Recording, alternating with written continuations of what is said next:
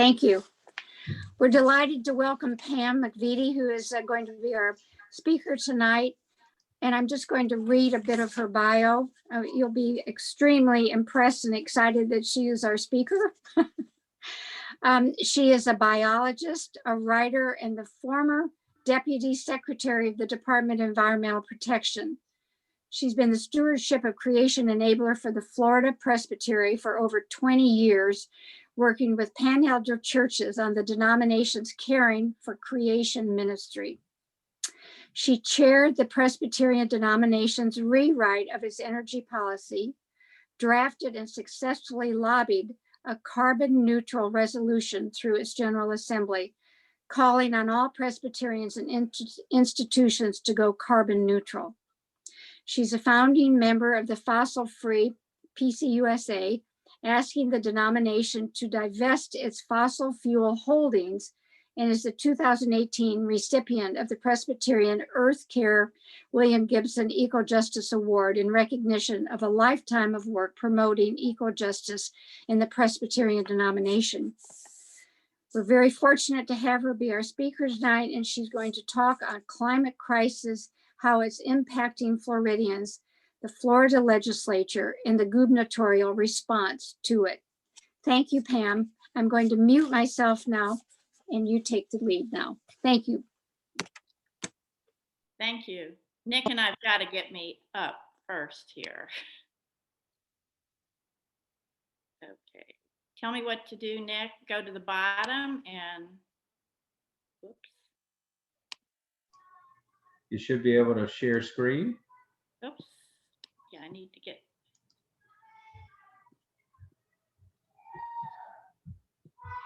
Get that screen up to the top. There we go. Share screen. Here we are. Perfect. Okay. Good. Always makes me a nervous wreck till I get it up. Going in the right direction. Okay. One more problem. I need to get these photographs, these pictures of people somewhere else. Can I move them to the bottom of the screen, or?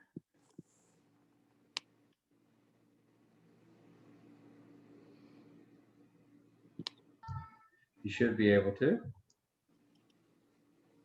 Okay, well. Pam, we can see the picture. Yeah, I know you can. It's each of you that are blocking my screen. Can you see the complete screen? We can't see. You can't see the people? I don't see anyone else. No, only your screen. Okay, well, I guess I can't look at you when I talk. I just look at Nick. So if Nick is frowning, I'll know the rest of you are frowning. So the title of my presentation tonight is Climate Change in Florida, the Good, the Bad, and the Ugly. See, slides. My slide's not moving. Let's try this. Okay, I'm going to give you fair warning. You need to gird your loins, which is actually a biblical expression that means to prepare and strengthen yourself for what is to come. I love this expression. I first heard it in the movie The Devil Wears Prada, when Nigel says to the staff that Amanda Priestley's coming. She was the editor of this fashion magazine. And whenever she came in a room, they said, you need to gird your loins. So I like that expression. I want you to get ready because this is not necessarily a happy presentation. Here's my agenda tonight. I'm going to start with my take-home message. Hopefully you'll see as you hear my presentation why I'm sharing this message with you. I'm going to talk just briefly about climate change, the big picture, and then I'm going to spend the majority of my time talking about how it's affecting Florida and what Florida's laws have to say about the climate crisis. And I want you to meet Jorge. He's a Miami street vendor and a victim of heat that I want to talk about a little bit later in my presentation. Here's my message to you tonight. Florida's in serious trouble, and we urgently need to address the climate crisis. big picture, the impacts are undeniable to a vast majority of people in this country today. We are really late in responding, and the outlook is grim. But I have to tell you, after President Biden's presentation today, I am bouncing off the walls. I am giddy. I was actually in tears today. He announced his climate change agenda for the country. And I have to tell you, after 20 years of frustrating work on this issue, I have never been more hopeful than I am now tonight. He presented the most comprehensive climate change approach to this country that has ever existed. It's just thrilling. So even though what's happening in Florida is not really a happy thing, I think we need to be extremely optimistic that we have a president that is taking this seriously. So I'm going to start with some good news, and that is that we know how to reduce our carbon emissions, and that's the thing we need to do to address the climate crisis. We need to get our carbon emissions down, but we know how to do it. And one of the most comprehensive reports ever put out on how to do it is called Drawdown. It's a book you can order off of Amazon, and it looks at over 100 different options for reducing carbon emissions. And for every single one, it tells you how many tons or gigatons of carbon can be reduced. It tells you the cost to do it, and it tells you the savings that are going to occur. So even though some of the costs are high, in the scheme of things, when you look at the savings, you're actually going to be ahead of the game if you go ahead and invest that kind of money. And of course, the solution is based on math. And the Intergovernmental Panel on Climate Change has figured out the math. I can't see you, and maybe Nick can speak for you. Are you all familiar with who the Intergovernmental Panel on Climate Change is? Seeing a lot of head shaking no's. No, okay.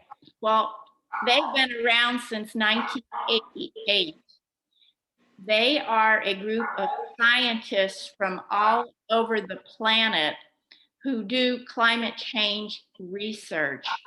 They're the definitive body on climate change. These are the experts. These are the scientists. And they have figured out what we need to do to keep the world, the planet, from overheating.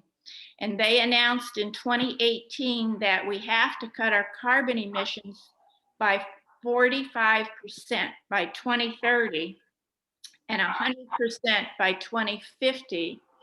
And because we've waited so long to do this, for decades, we're now going to have to go ahead and also remove carbon from the atmosphere to keep the temperature increase at or below 1.5 degrees centigrade, which is the temperature that all these scientists agree that we need to stay under. But here's the bad news. We're not even close to fixing this. The world is on track to produce 120% more fossil fuels in 2030 than is consistent with limiting the warming to 1.5 degrees centigrade. There's not a single nation in the Paris Climate Agreement that's made pledges large enough or fast enough to meet this target reduction. And no government has made a serious attempt to restrict the production of coal, oil, and gas. And we are still subsidizing the fossil fuel industry in this country alone to the tune of $20 billion each and every year. And I have to say that America is amongst the worst. Under the Obama administration, in his last 2 years, we did some really good things. He put in programs that would reduce our carbon emissions, but also under his administration, the United States became the world's largest producer of oil and gas, which is exactly the opposite of what we want to do. So after decades of inaction, there are consequences.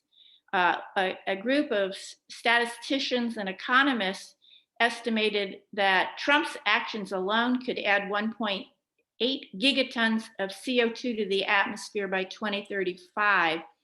A gigaton is a billion tons, almost 2 billion tons of carbon, just because of what happened in the last 4 years.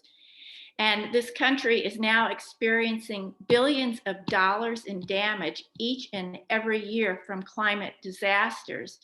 People are dying and people are getting hurt and people are getting sick. And our atmospheric carbon levels, even though we've had a pandemic, are continuing to climb. Temperatures are going up and sea level is rising. And the longer we wait, the more expensive and inconvenient it becomes to address the climate crisis. So that's the big picture setting. Let's talk about what's going on in Florida and how the crisis is affecting us. I lumped it into 3 main ways: heat, sea level rise, and storms. And I want to start with heat. Heat is really a silent killer. It's kind of the Rodney Dangerfield of climate change because nobody takes heat as seriously as they should. And I think there's several reasons why. The first reason is that the people who are victims are dispersed all over the place. There's no catastrophic event with downed houses and trees or flooding that people can focus on. And the third reason is because it's underreported. Deaths associated with heat are very underreported. In fact, I can't give you a number tonight of the number of victims that have died in Florida because of heat. It's just hard to find good numbers on this. But the professionals will tell you that heat can cause more deaths than flooding and other disasters associated with climate change.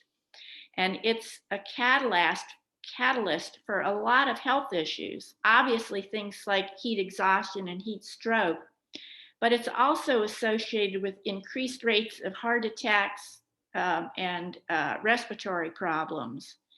And of course, the effects are disproportionately felt by children, the elderly, impoverished, and especially outdoor workers. That's a picture of my 2 grandboys from 2 years ago after 15 minutes of playing outside in August. Obviously, the heat is not a danger to them if their mama is paying attention, because she can bring them in the house, get them a cool shower, it's air conditioned, they can have plenty to drink. But for thousands and thousands of workers in Florida, they don't have this option of being brought in the house and given cool drinks. If they want to get paid, they have to do their job and they're stuck outside. And in Florida, it's getting hotter. In 2020, the average temperature statewide was 3.4 degrees above normal. The temperature at night was 8 degrees warmer. I grew up in Florida without air conditioning, and our respite from the heat was the coolness of the night. But you no longer can experience that because it's now hotter at night also. This fall was the warmest on record, and 246 daily record high temperatures were tied or broken in our state. In 2019, the Union of Concerned Scientists put out a report called Killer Heat in the United States, and they predicted that heat will be life-threatening by 2036 in Florida, and that without action to cut our carbon emissions, that Central Florida is going to experience 123 days of heat with an index over 100 degrees. And when they're talking about a heat index, they're combining the heat and the humidity. And that gives you a higher number than the temperature, but it's actually the temperature your body experiences because of the combination of the heat and the high humidity. In 2020, in Florida, the Weather Channel reported there were 121 days in Miami of over 90-degree temperatures. And people are getting sick from this heat. The full scope of what is happening is unknown at this point, or at least unknowable to me. This map is from an article that appeared just 3 days ago in the Orlando Sentinel. It was entitled "Worsening Heat Puts People at Risk." And this is a photo I took of the map. I couldn't copy it for you, but it was an interactive map, and you could click on these different colored spots on the map and see how many people per every 100,000 had ended up in the hospital or the ER because of high heat temperatures in Florida. And as you might guess from the same article, you learn that households with lower incomes are the most impacted by high heat in Florida. I recommend this article to you. Worsening heat puts more people at risk, the Orlando Sentinel. And I wanted to introduce you to Cheryl Holder. She spoke to our Sunday school class at First Presbyterian. She is a general practitioner down in South Florida who has dedicated her practice to taking care of the least of these and those who are affected by climate change. She has founded a group called Florida Clinicians for Climate Action. She's on the faculty at FIU College of Medicine. She has done a TED Talk, which I highly recommend. It was my first inclination that physicians in this state are now worried and concerned about what the high temperatures are doing to their patients. And that picture you saw on the agenda slide of Jorge, she talks about him in her TED Talk. He's a fruit vendor on the streets of Miami who is suffering kidney problems as a result of dehydration, not drinking enough water, as he's on the streets in these high temperatures selling fruit. The Department of Agriculture and Consumer Services is also concerned. They now have a heat illness prevention campaign focused on agricultural workers who they report die at a rate of 20 times greater than the US workforce because of their exposure to high heat and humidity in the fields. Wildlife, birds, they can't go into air conditioning like my grandkids can when it gets too hot. And the Florida Natural Areas Inventory put out a warning that flora and fauna are being devastated now by climate change. One example are hummingbirds. Hummingbirds, because of high heat, seek shade instead of foraging for food. And this is a problem because they need to eat constantly. And they're now starting to see some reproductive problems associated with hummingbirds because of this exposure to heat and not being able to eat constantly. So you need to ask yourself, where do wildlife go to cool off? Well, Bruiser here lives in a sanctuary and he's got his own swimming pool. But where do all the Florida bear go, or the deer, or the raccoons? I mean, where does wildlife go to cool off? Sea turtles, alligators, and crocodiles lay their eggs in the sand, and the sex of the eggs is determined after they're laid by the temperature of the nest. And because the soils are getting warmer in Florida, these warmer temperatures are skewing the sex ratio to females. And of course, the heat is killing coral reefs. Our oceans are extremely warm right now. Florida reefs have been classified as imperiled, and 90% of the reefs in the Florida Keys have been lost. In one of my former lives, I was director of marine resources for the state of Florida and often out on the water. And the joke was that when people went to John Pennekamp State Park and took a glass bottom boat ride to look at the reefs, they weren't really looking at them. They were being taken out into federal waters, into the Florida Keys National Marine Sanctuary, where the reefs were still alive. Now, this was back in about 1990, 2, 3, somewhere in there. The reefs in John Pennekamp were already dead.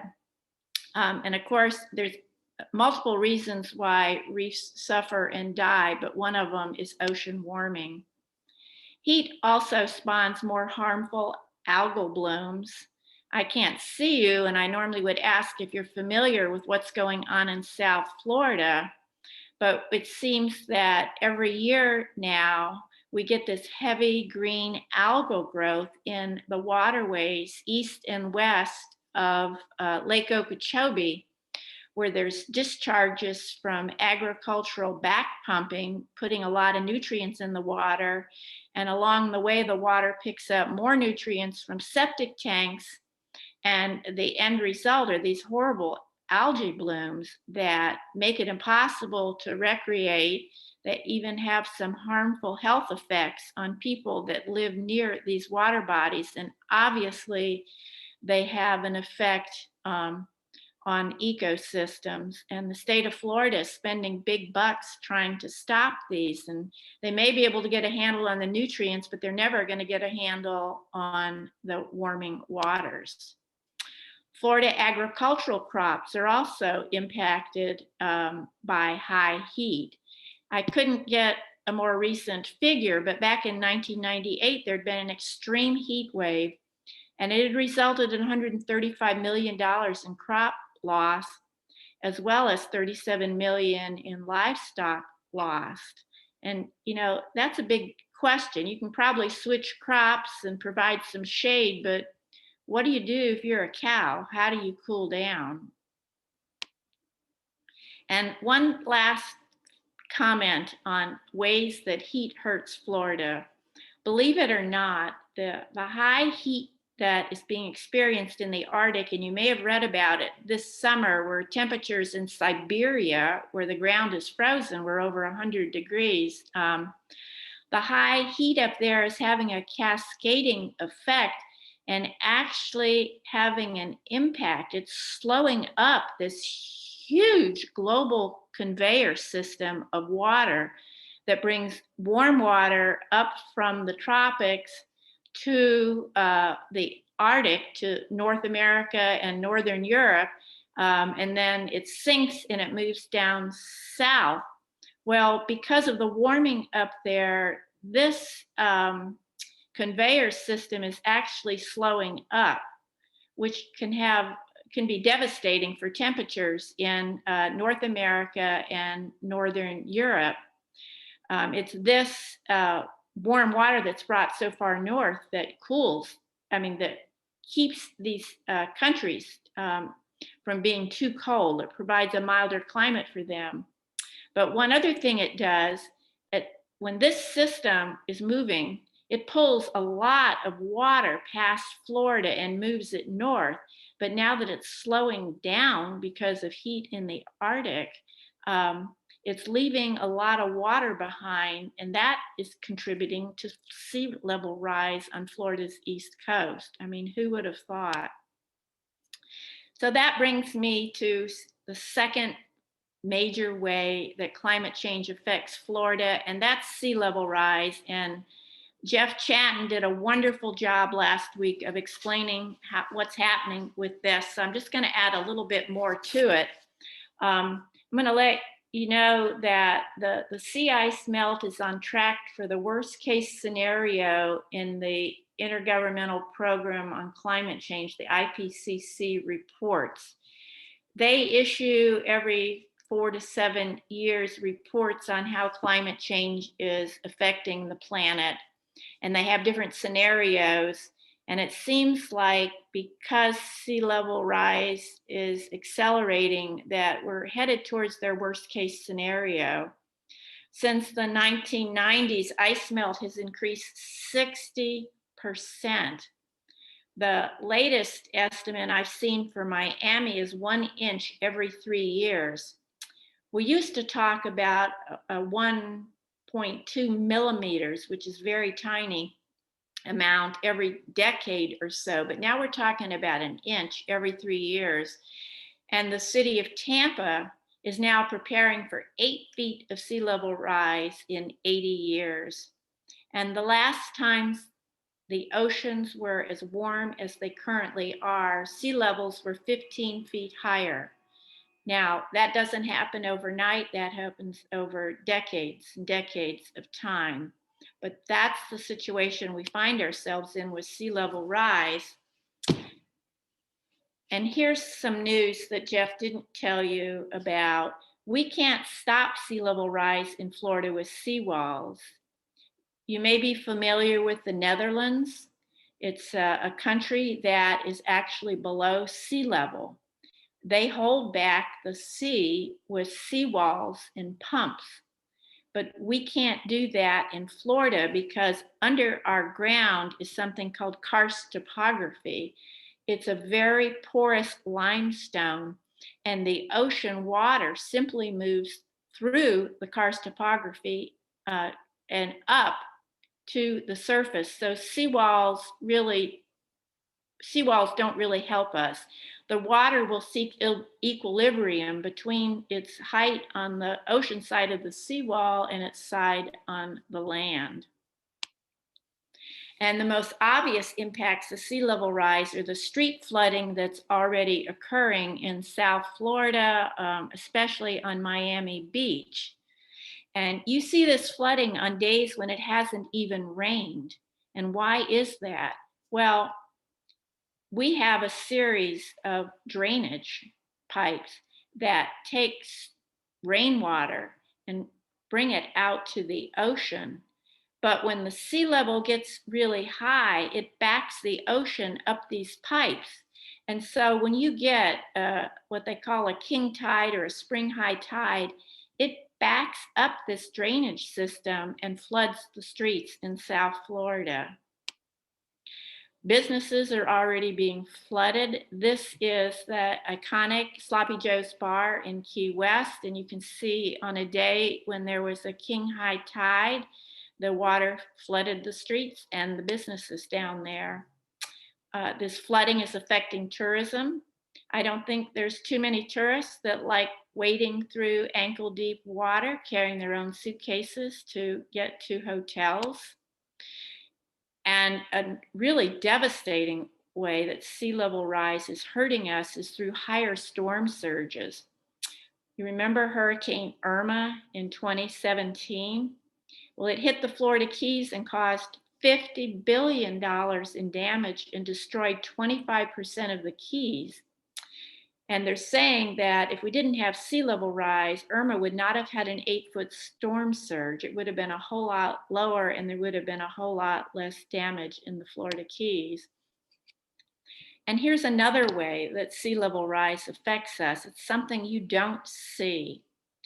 Sea level rise is slowly moving horizontally, sea level rather, salt water is moving horizontally under the ground.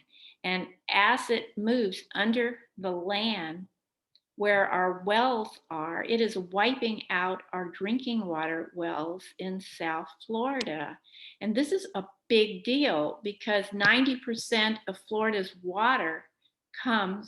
drinking water comes from groundwater. It's our major source of groundwater. And once you get salt water in these wells, I think it's impossible to reverse it. And it's very expensive to relocate the well fields and all the infrastructures, the pipelines and the treatment plants. And some people say, well, you can turn to other sources of water, but they're very expensive to treat. They're thinking primarily of desalination. Desalination is not only expensive, there's a huge waste problem associated with it, and it's very energy intensive to remove salt from your water. There are other impacts to sea level rise on Florida, which we're not really going to talk about tonight, but think about threats to roads. You saw a picture when Jeff spoke of a nuclear power plant that was being threatened by sea level rise. The South Florida real estate markets are already in trouble. I don't know if you're aware of this, but there are neighborhoods in the Florida Keys where decision makers are in the process of deciding whether they're going to completely abandon them, meaning that they don't think they can do anything to prevent them from being flooded. There's already damages to homes and businesses. My in-laws used to live in Cape Coral, and I remember on one really high tide, the seawater came over their seawall and completely wiped out all their landscaping. And of course, their increased insurance costs, and we're looking at increased soil salinity, which is a problem for agriculture. So this leads us to the third way that climate change affects Floridians, and this is one I know that you're most familiar with. Ocean heat fuels these storms, and oceans are absorbing more than 90% of the solar energy that's trapped by greenhouse gases. And the result is that our storms are intensifying faster, they're more powerful. I grew up in Florida, and I've never experienced so many monster storms as I have in the last decade. And there's another phenomena which just really scares me. These storms go a whole lot farther inland before they dissipate.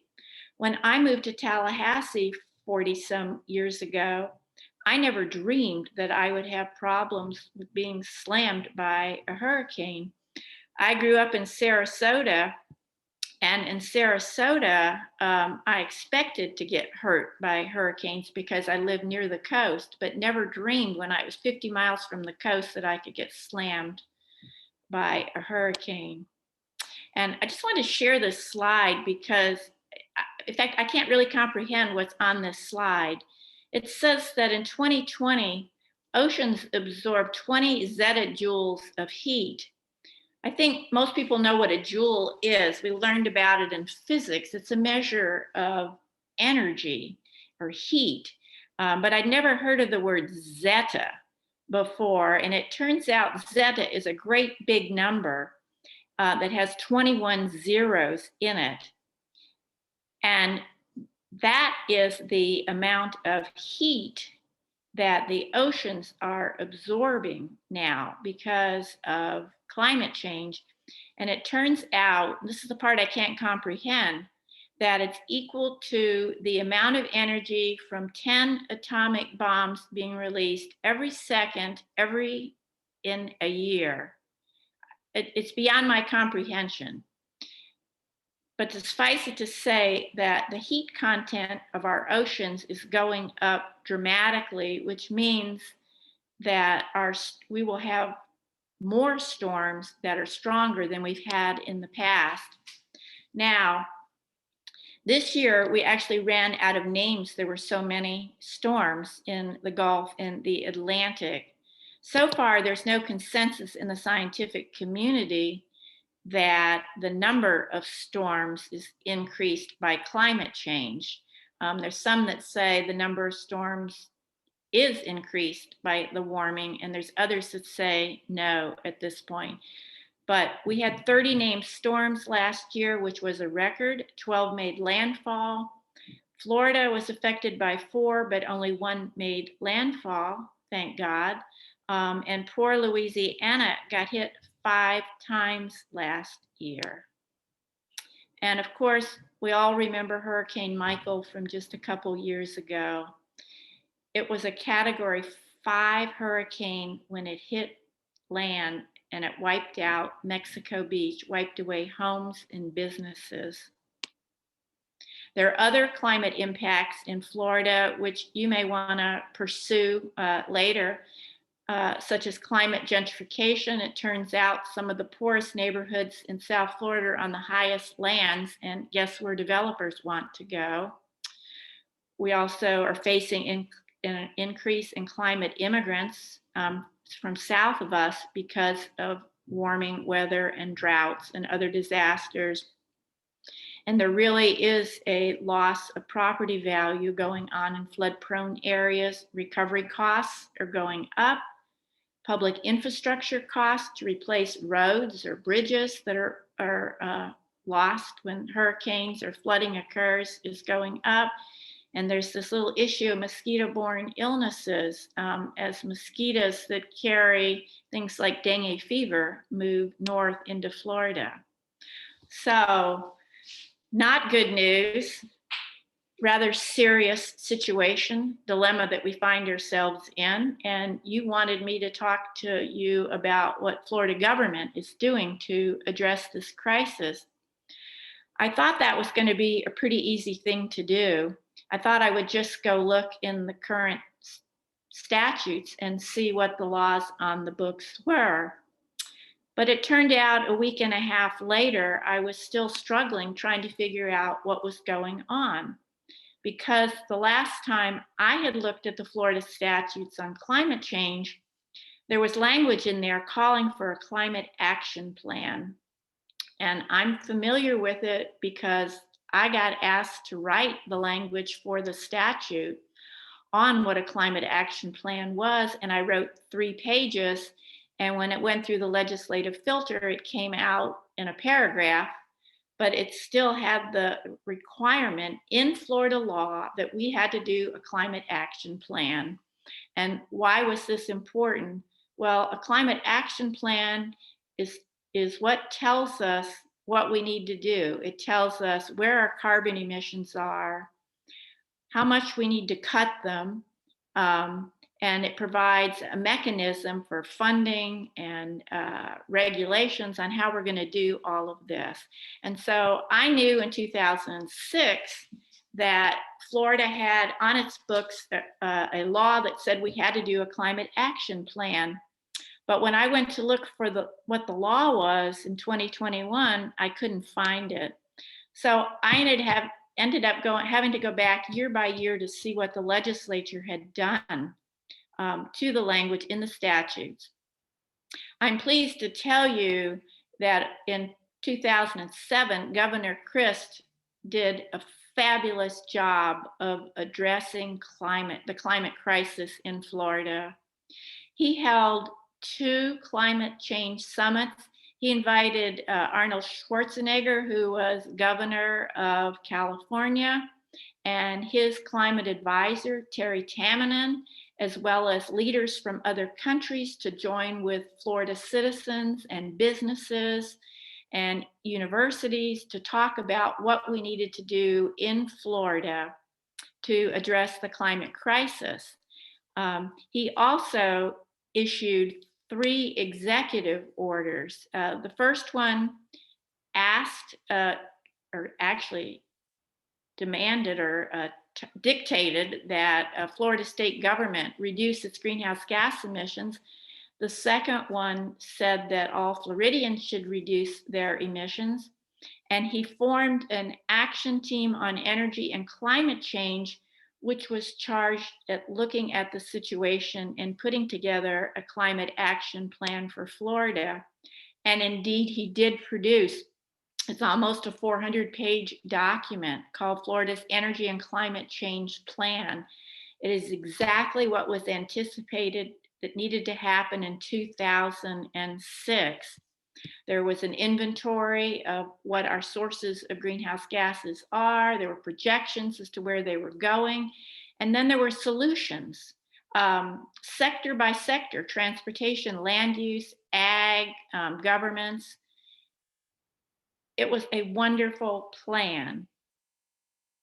That was in 2008. That same year, the Florida legislature passed another climate change bill. They, of course, were chickens and didn't name it a climate change bill. They called it an act relating to energy, very unrememberable, but it was a massive bill. It was 126 pages, and it put into law, once again, a Florida Energy and Climate Commission. You recall one was in the statute in '06. And it mandated that the commission assess the governor's climate action plan that he had developed pursuant to an executive order. An executive order is not a law. It does not go into the statutes. It's something that a governor can do on his own, and it's time limited to his term of office. It also brings, of course, no new money to it because money is allocated by the legislature. So they also, in this bill in '08, under Governor Crist's leadership, called for cap and trade to reduce carbon emissions. And it had building standards for building more energy efficient structures. It had grants for renewable energy projects, which I'm pleased to tell you that First Presbyterian took advantage of. We got a $100,000 grant for them to help pay for the solar in our rooftop. It dealt with methane capture and much, much more.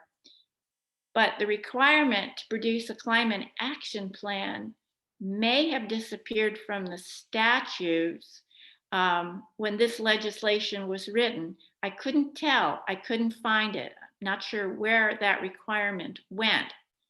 So with this legislation, the only linkage to this climate action plan, which we so badly need in Florida, was via Governor Crist's executive order. Well, along came Governor Scott in 2011, and you recall that he denied that climate change was caused by humans, and he discouraged state employees from even using the term. And I have to tell you that one of my employees was the one that got in big trouble for refusing to remove the word climate change from a report he was working on. Under Crist, there was also massive legislation, again, that reorganized Florida state agencies. And they, of course, took the opportunity to eliminate the Energy and Climate Commission, and they transferred some of its responsibilities to the Department of Agriculture. So in the state of Florida, the State Energy Office is now in the Department of Agriculture. And of course, under Scott, all of Crist's executive orders that called for us to cut our carbon emissions disappeared. And again, that climate action plan language, it may have disappeared with this bill. I just don't know. I couldn't figure out when it disappeared. Governor Scott was also sued by our Children's Trust in 2018. And I thought you might be interested in this because 8 children sued the state of Florida, and one of them, Delaney Reynolds, is speaking at the United Church of Tallahassee tonight about this Children's Trust lawsuit. They're basically saying in their lawsuit, which is still alive and pending, that the state of Florida has failed to implement or protect their rights for a stable climate under the state's constitution. And of course, Governor Scott and Governor DeSantis and the Attorney General filed to dismiss this lawsuit. They're fighting it, which is really unfortunate. And there have been more hostile actions. In 2015, our Attorney General, Pam Bondi, took it upon herself to file, along with other states, to sue Obama over his Clean Power Plan, which at that time was the greatest and best and largest reduction of carbon emissions that would have ever occurred in this country if it had been allowed to be implemented. And now we have Governor DeSantis. And when he first got elected, the environmental community got really excited about him because he used the word climate change. And he created an Office of Resiliency and Coastal Protection. But 6 months after he created that office, the person in charge of it left, and the governor moved this program to DEP. and we've never heard from it again. At least I've not heard anything that it's done. Resiliency is the response to climate damage. It is not a program to reduce our greenhouse gas emissions. So under DeSantis, he's actually not done anything to help us address the climate crisis. Just very quickly, in 2019, there was energy legislation again, but it didn't call for reduction of greenhouse gases. It did have some of the right words in it, like renewable energy and energy efficiencies, but the verbs were all wrong. It said, we want to encourage investments in these things. We want to talk about electric infrastructure. It did have one good thing in it. It talked about reducing the energy burden for low-income communities, and that may have been a first in Florida law. And then in 2020, the legislature just took a couple more baby steps. They addressed the impact of sea level rise on buildings and said that developers had to account for it. They didn't ban developers from building where where sites construction will be threatened by sea level rise, but they said they had to account for it, whatever that means. There also was a Senate resolution passed last year, which is not a law, but it did say that climate change should be combated and greenhouse gas emissions reduced by developing clean and renewable energy, as well as more electric vehicle charging stations. That's a baby step, but again, nobody's telling anybody to cut their greenhouse gas emissions. So here's the bottom line. In Florida in 2021, there is no clear focus on addressing the climate crisis. There are no mandates to cut our carbon emissions. There's no comprehensive plan to switch us to renewable energy. Instead, our government is fighting our children who simply want their future protected. And there's a focus on adapting us to all the climate change harm and misery. So the bottom line, the governor and the legislature, in spite of overwhelming evidence that Floridians are already suffering from the climate crisis and it's going to get worse, don't have a climate action plan.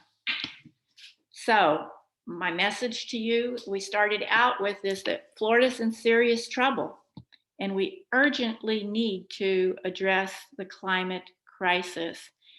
Other people are writing about us. There was an article in the British newspaper, The Guardian, that said, will Florida be lost forever to the climate crisis? There's articles about coastal harm from invading seawalls. There's articles about heat.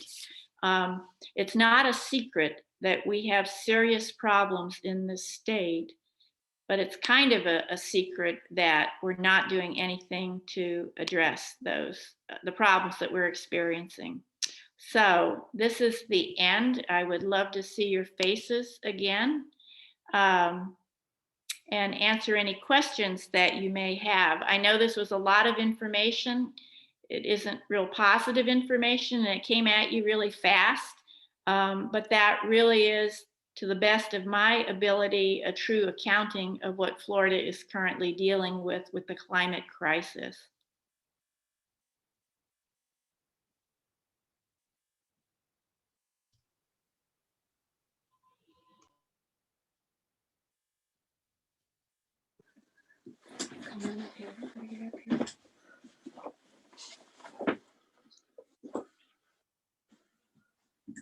What's her name?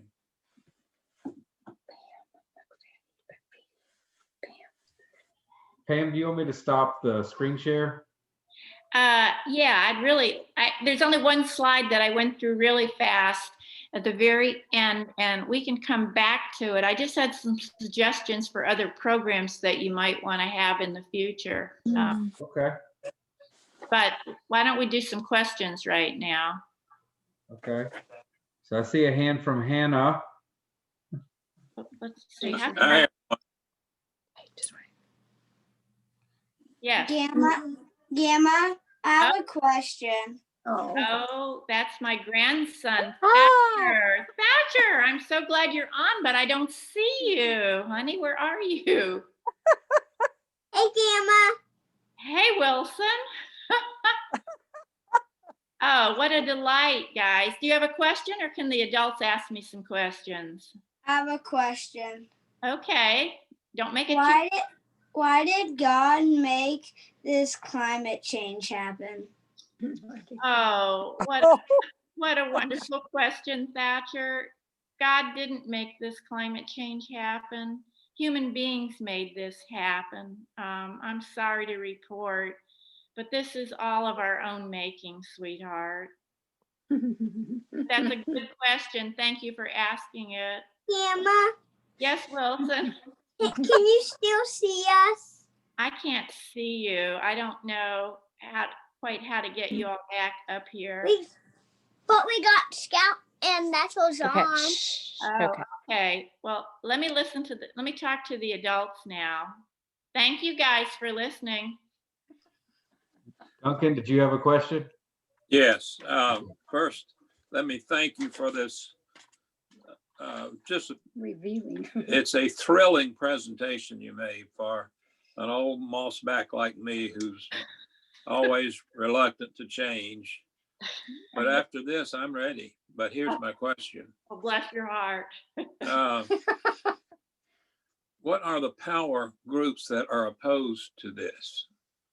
Is it big oil, or are there major groups, or is it just intransigence on the part of politicians? No, it is the fossil fuel industry.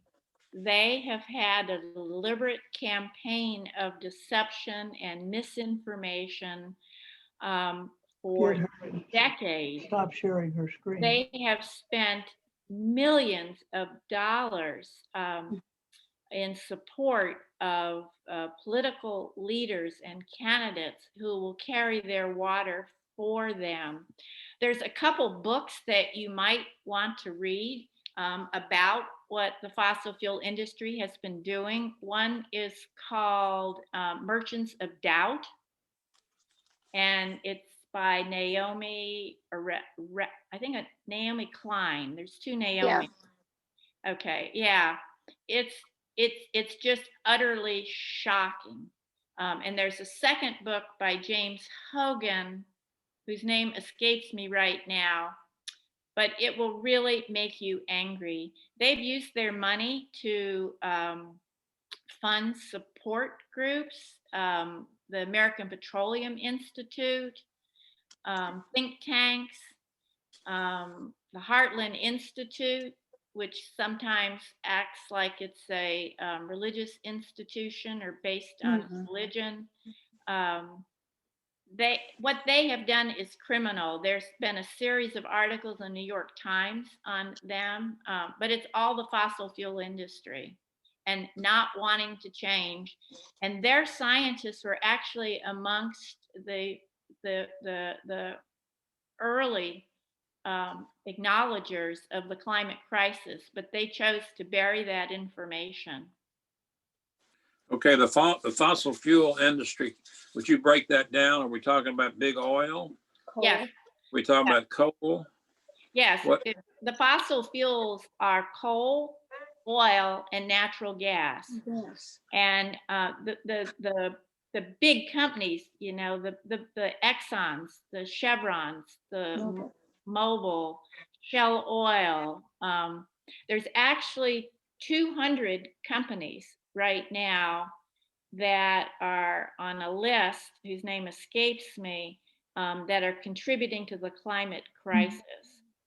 And the big ones are the ones that have been funding this massive disinformation campaign in a distorted way. You have to give them credit for being so enormously successful, because they have managed to create doubt amongst the public. And it's taken years and years to get the public on board on how serious this crisis is. Okay, I have one more question, but I don't want to take all of it. It's not fair. That's fine. The Gills have a question. Y'all go ahead. I muted you back, Amy. I'm sorry. Hit it one more time.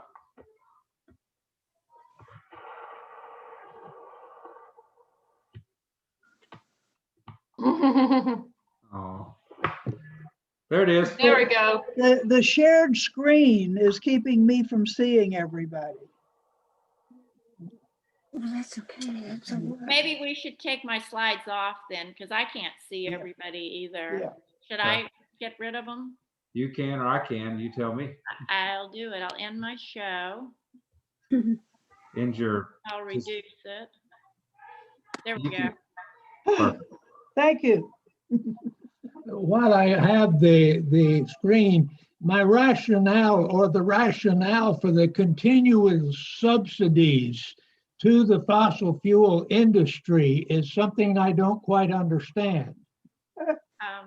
I That's can an, answer that. It's just greed. It's PAX. It's greed and money. It's Yeah. PAX. yes. It started over 100 years ago when there really was a need to support the industry because they were, they're the engine that made our economy, our way of life possible. But decades ago, the usefulness ran out once we knew the threat that their product and our use of their product and the burning of their product was causing the rest of us. I heard Biden today say he had a number of 40 billion. My number is 20 billion. I don't know which number is correct, but he did say that he was going to ask Congress to eliminate that subsidy. Can you imagine all the good that 20 or 40 billion dollars can do? Mhm. And can't you hear the people screaming, but how many jobs are going to be lost? Yeah. Well, let me tell you an interesting story about that. I've worked on fossil fuel divestment for the Presbyterian Church for 7 years now, unsuccessfully. And every 2 years, I go before the General Assembly with other people, of course, and we make a plea for our denomination to eliminate its investments in fossil fuels, which are somewhere in the neighborhood of $200 million. It's not chicken feed. And 4 years ago, the Exxon employees in Texas came before the General Assembly and said, you can't do this to us. If Presbyterians divest their money, we're all going to lose our jobs. And they actually threatened to withdraw their support to the denomination if the denomination divested. So the denomination didn't divest. And guess what those Texas Presbyterian churches did? They left the denomination and took their money. They were the wealthiest churches in our denomination. And they took all their money and left. It was terrible. It was awful. Oh my gosh. But it is not true. These renewable energy have higher or equivalent paying jobs now to It's what true. we see in the fossil fuel industry, and there are more of those jobs. And Biden actually has a proposal to help retrain coal miners in West Virginia to be able to work in the renewable energy field. So it's all looking good now. It's looking great. We have time for one more, and Pam Crosby, I think you've got it. What do you think of Biden's position on fracking? He said today that he has no plans to ban fracking. I'm so disappointed in that. That clearly is a political decision. You probably know fracking has made it possible to produce all this natural gas. And at the time, when it was started, we always thought that natural gas was a bridge fuel to renewable energy. But now we know, because the climate crisis is so serious, that no, we don't need a bridge fuel. We need to switch. But yeah, I was disappointed, but I was so overwhelmed with everything else he did that's so good that I really am bouncing off the walls tonight with this. So Pam, yes. thank you very much. It's been a wonderful pleasure to have you here, and we feel so grateful for your presentation and all the very, very important news that you shared with us. It also behooves us as citizens to encourage our legislatures to develop that climate action plan. Absolutely. Yeah. Absolutely. Well, I'm thrilled to be able to speak to you guys and share all this information. And it's You're a wealth of knowledge. well, it's certainly been a great day with Yeah. all my announcements. So in spite of how bad things are in Florida, I think we need to be really optimistic, and we all need to vote for candidates who are going to support action being taken in Florida next go round. So, Well, Thank you very so much. well, thank you guys. Bye-bye. Bye-bye.